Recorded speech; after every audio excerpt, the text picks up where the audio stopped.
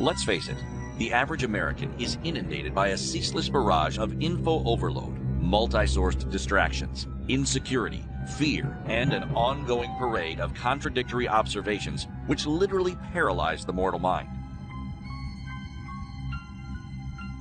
Chaos is actually mostly caused by man-made ideology, basically. Like chaos of starving how many people because of the doctrine of right?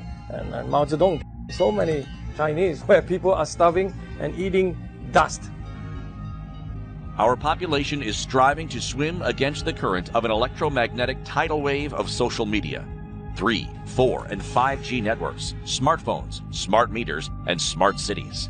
Pollution, concentrated energy, and a psychic cocktail of biodiversity mania that undermines the very soul of humanity.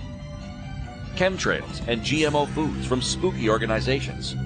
Ultra, mega, super rich people who have as an overriding agenda for their life to implement a one-world government by the end of the century. And kids from Hollywood-nurtured academia, tomorrow's voters, are going to have no problem with a socialist world government, especially if it's for the greater good of the environment. So, if the globalists' plan to improve the world generates some Green New Deal, no Bernie Sanders voter or Elizabeth Warren groupie is going to complain. And that is why we're in chaos, and that is why we have to reject this illegitimate notion of authority and really understand the difference between right and wrong under natural law, and then re-evaluate and align our behavior to natural law. Given few are alert about the globalists' agenda, let's take a look at the plan and see if it will improve or dominate the world, as so-called conspiracy theorists are warning.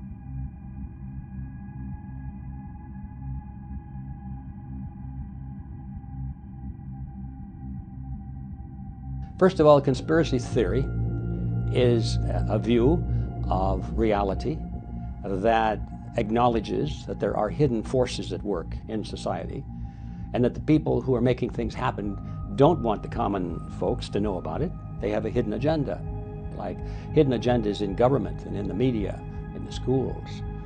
So conspiracy theory is not anything except a propaganda phrase to encourage people not to listen to the information that's being presented.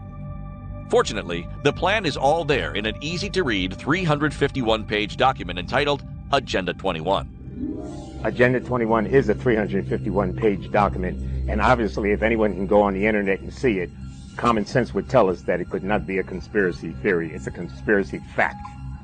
In reading Clause 1.1 of the preamble, it's obvious Agenda 21 was written by lawyers.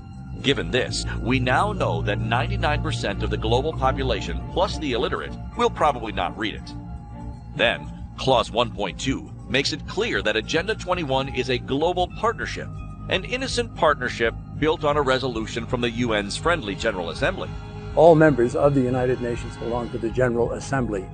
Only a few belong to the Security Council compared to the 193 as General Assembly. The United States has a veto, but rarely exercises the veto.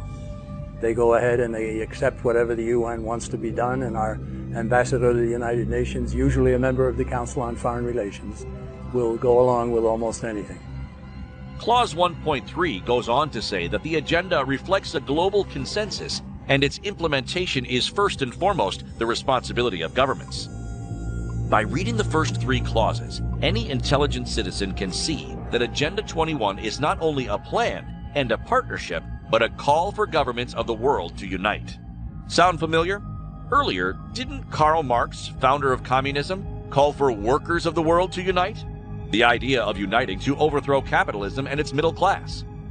Karl Marx is known for his theory of Marxism and economics, where largely government controls the means of production and the power of the economy is not invested in the creativity of the individual, but invested more in government. And it's a top-down control of our economy as opposed to being driven by the people themselves. So, communism died. Or did it?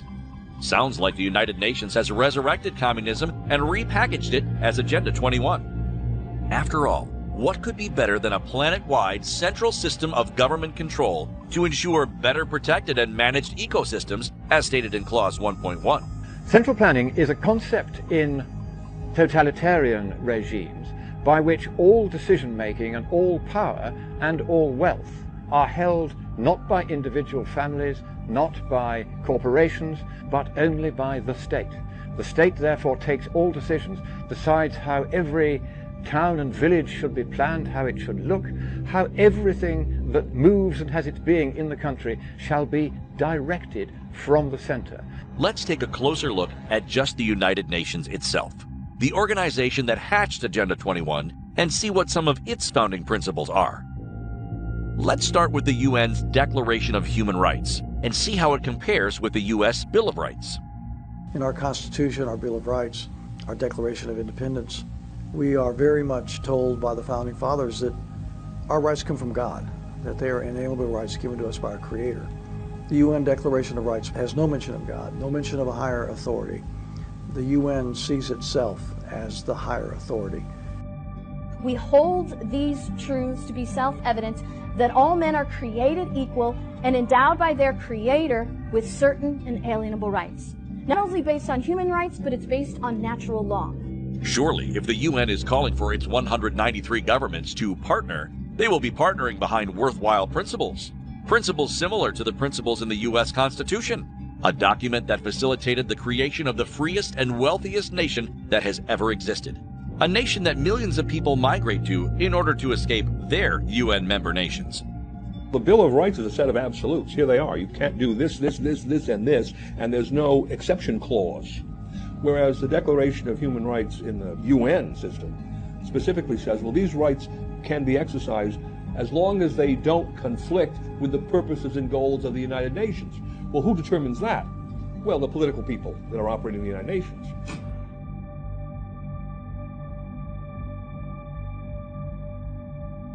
We see that the following words are prominent in the U.S. Bill of Rights: petition, probable cause, trial by jury, due process, unreasonable searches, excessive bail, free state.